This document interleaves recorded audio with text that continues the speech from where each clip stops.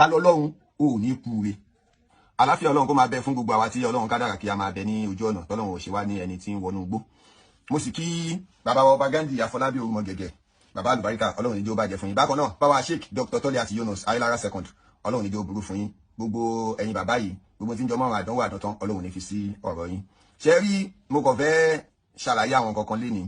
Kò sí ohun tí mo fẹ́ ṣàlàyé bí kì í ṣe pé àkọ́kọ́ ní ìrọ̀lẹ́ àná wọ́n pe bọ̀bọ́ kan ní Kọ́dírì Ẹ̀ṣẹ́, ó sì lọ sínú mọ́sálásí Central Mosque, ó lọ na àwọn èèyàn, kódà secretary bàbá wa imam ó sì lọ nà pé táwọn bá túbọ̀ tí wọ́n tún pe ṣéwù kan.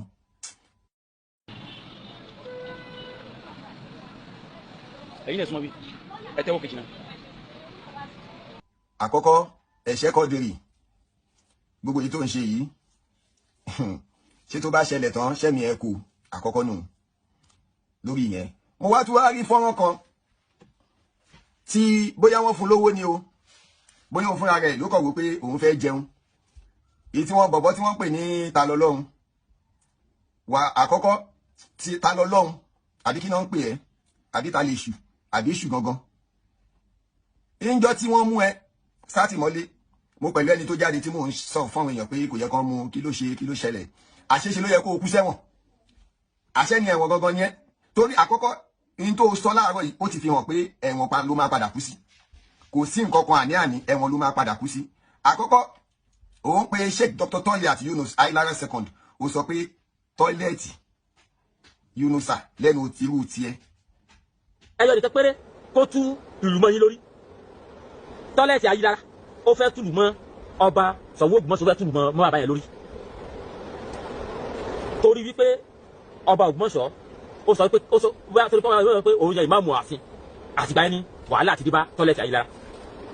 Ta ni ẹ gangan, ìwọ aláṣọ kan, irú ẹ wá ń jáde òun ṣẹnu wọ́yọ̀wọ́yọ̀. Àkọ́kọ́ ṣé ń ṣojú ẹni Sheikh Dr. Toliat Yunus ṣe sọ fún àwọn èèyàn, àbí ṣojú ẹni Dr. Toliat ṣe sọ fún àwọn èèyàn yìí pé wọ́n fẹ́ kọ́ ṣáàrin síbẹ̀? Ṣé Sheikh Dr. Toliat ṣe ọdá sọ̀rọ̀ yìí rárá? Torí ẹ̀rí pé nínú fídíò yẹn wọ́n dárò mẹ́wàá lẹ́nu, wọ́n sọ̀rọ̀ ọba, wọ́n rọ́bà fín, wọ́n pariwo lọ́ba lórí inú fídíò tẹ̀ wò tẹ́yẹ. So tẹ́tẹ́ tí Tọ́lẹ̀tì Ayélára wá gbọ́rọ̀ yìí pé Tọ́lẹ̀tì Ayélára bí pé gbogbo mùsùlùmí nù àwọn tí kì í lẹ́yìn ẹ̀. Ó lè mọ̀ ìdìmú èyí tẹ́ sọnù,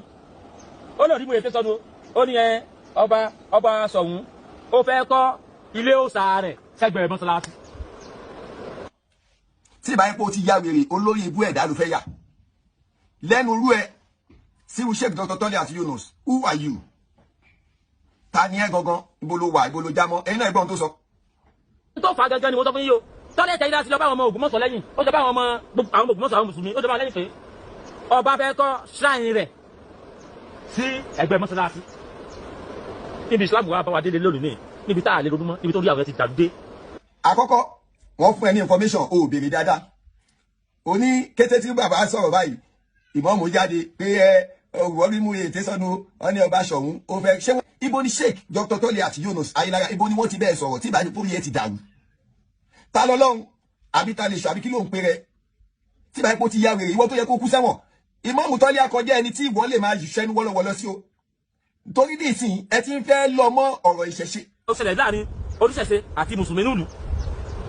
Sọ̀rọ̀ àlùfáà náà bọ́ọ̀lù yìí wọ́n sì wá sọ fún èyí sì wá ronú pé odidi ọba ó lè ronú débi pé yóò wá ronú pé ṣáì ẹ̀kọ́ yìí ká mọ́sálásí. Ọ̀rọ̀ Ògbómọ̀ṣọ́ kì í ṣe ọ̀rọ̀ ìṣẹ̀ṣe o, kì í dẹ̀ ṣe ọ̀rọ̀ ẹ̀sìn o. Mùsùlùmí sí mùsùlùmí, àwọn ni wọ́n ń bára wọn fà á. Ìdẹ́mi kan sọ bẹ́ẹ̀ ni pé kí bàbá wa kábíyèsí kí wọ́n sọ fún àbí gbogbo àwọn tó bá jẹ́ olùmọ̀ràn fún bàbá wa ọba kábíyèsí kó sọ pé kí àwọn mùsùlùmí yẹn náà tó kù yẹn náà kó lọ jókòó sílé wọn náà, kí peace lè reign. Because ohun tẹ́lẹ̀ mi ò mọ̀ ń ta á bẹ̀rẹ̀ sí ní sọ sórí social media torí pé kí ni ó fẹ́ gain followers, torí pé kí ni ó fẹ́ gbowó lóṣù ní YouTube. Irú ẹ̀ ní ta lọ́lọ́run yìí pẹ̀lú sọkúsọ tó ń sọ yìí, ó ṣẹnu wọ́yọ̀wọ́yọ̀. Àbórí bá rẹ̀ àbórí bó ti rí. Tó bá sọ gbogbo mùsùlùmí òdò wọ́n tán, gbogbo àwọn gbòmọ̀sọ̀ fẹ́ sọ wọ́n di ọ̀tá ọba Ghandi. Olúwa sọ fún wọn pé ọba fẹ́ kọ́ shrine sẹ́gbẹ̀ẹ́ mọ́sálásí. Ìwọ tẹ́bi ń pa. Sọ́rọ̀ ṣẹ̀ṣẹ̀ ni wọ́n ń sọ ni, àbí kí ni ó ṣe daft báyìí? Èyí tó ń ṣe yìí, eléyìí ló máa jẹ́ kó padà ṣẹ̀wọ̀n, lọ kọ sílẹ̀. Ta lọ́lọ́run, go and write it down. You are going to jail.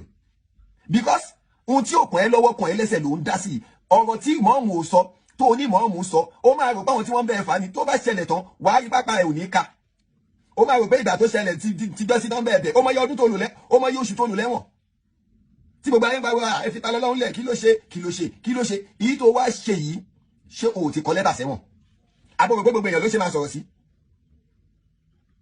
ta lọ́lọ́run kó máa sá kiri jù bẹ́ẹ̀ lọ kó máa sá sínú gbó sá sí kíní wọ́n máa gbé ẹ lọ́kọ́ sílẹ̀ wọ́n máa gbé ẹ because ìmọ̀ọ́mù tọ́lé ò bẹ́ẹ̀ sọ pé àwọn sọ àwọn tí wọ́n ń wà níbi tí wọ́n ti ń tajà ni wọ́n fi ẹ̀hónú wọn wọ̀n ṣé ìmọ̀ọ́mù tọ́lé à ń gbowó níbẹ̀ ni ṣé báwọn tí wọ́n ń ṣiṣẹ́ ní ṣọ́ọ̀bù wọn tí wọ́n ń tajà wọn ni wọ́n ń fẹ́ ẹ̀hónú wọn òkè tíjọba bá ní òun fẹ́ wá kọ́bì kan àwọn tí wọ́n ń tajà bẹ̀ wọn máa ń jáde ní pé irọ́ o kí la fẹ́ ṣe báyìí ṣe fẹ́ ṣe á dẹ̀ wà nínú agreement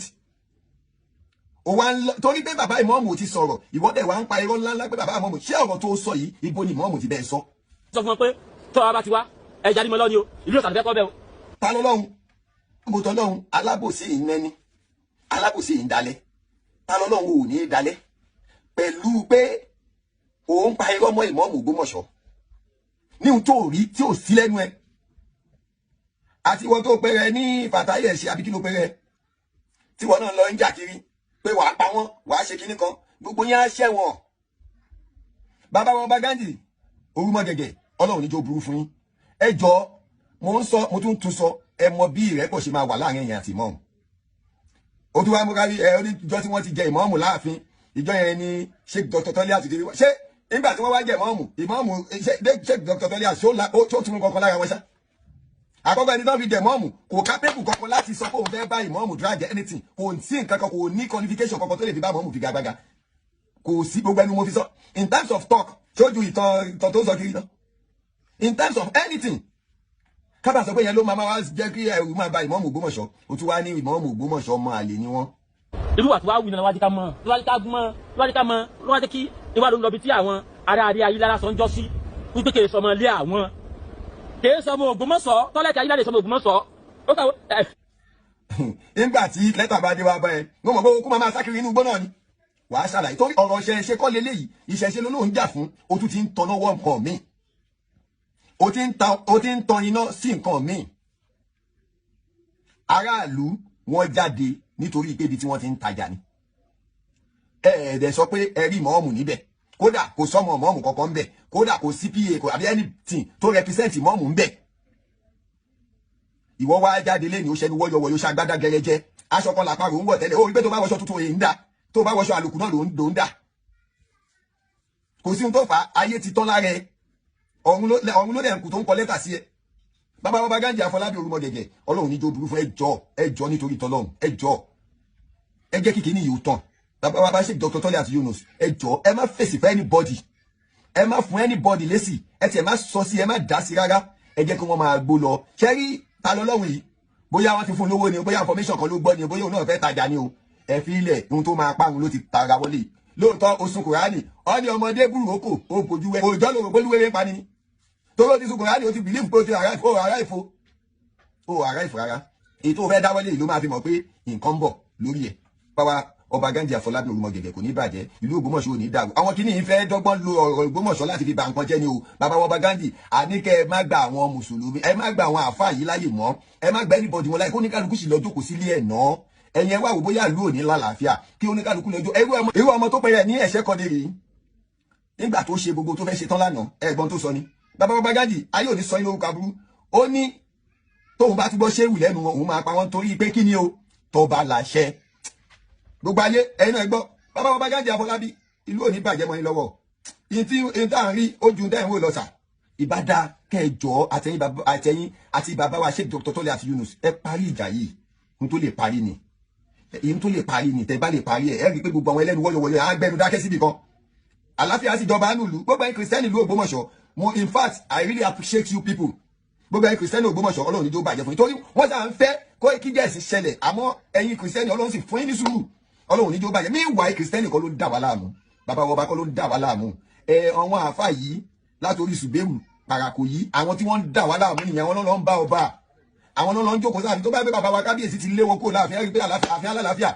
òun ló mú tí mújì ti ń pa tó fi ń pariwo dáìsí sọ mújì ló kọ́kọ́ mẹ́ńsán Sheikh Dr. Toliat ìjọ tí sì dẹ̀ máa ṣẹlẹ̀ tí incident máa ṣẹlẹ̀ bàbá wa Ìmáàmù Ògbómọ̀ṣọ́ wọ́n wà l'Ábùjá tó wà ní conference kan l'Ábùjá tán lọ ń ṣètò pé báwo ni kìrìsìtẹ́nì àti mùsùlùmí àti oníṣẹ̀ṣẹ̀ báwo la ṣe jọ máa ṣe tí ó tá láàfíà fi jọba ní tí bàbá bá lọ́nu ẹ̀wọ̀n tẹ́ wá tún gbélẹ̀ fún bàbá ta lọ́lọ́run ò ní kú re ta lọ́lọ́run ìyá ọlọ́run ibi ọlọ́run a máa bá ẹ pẹ̀lú ọ̀tọ̀ pamọ́ ìmọ̀ Ògbómọ̀ṣọ́ ọ̀làlá hàwùlà wàlà quwwata illa billahi al-aliyyil azim.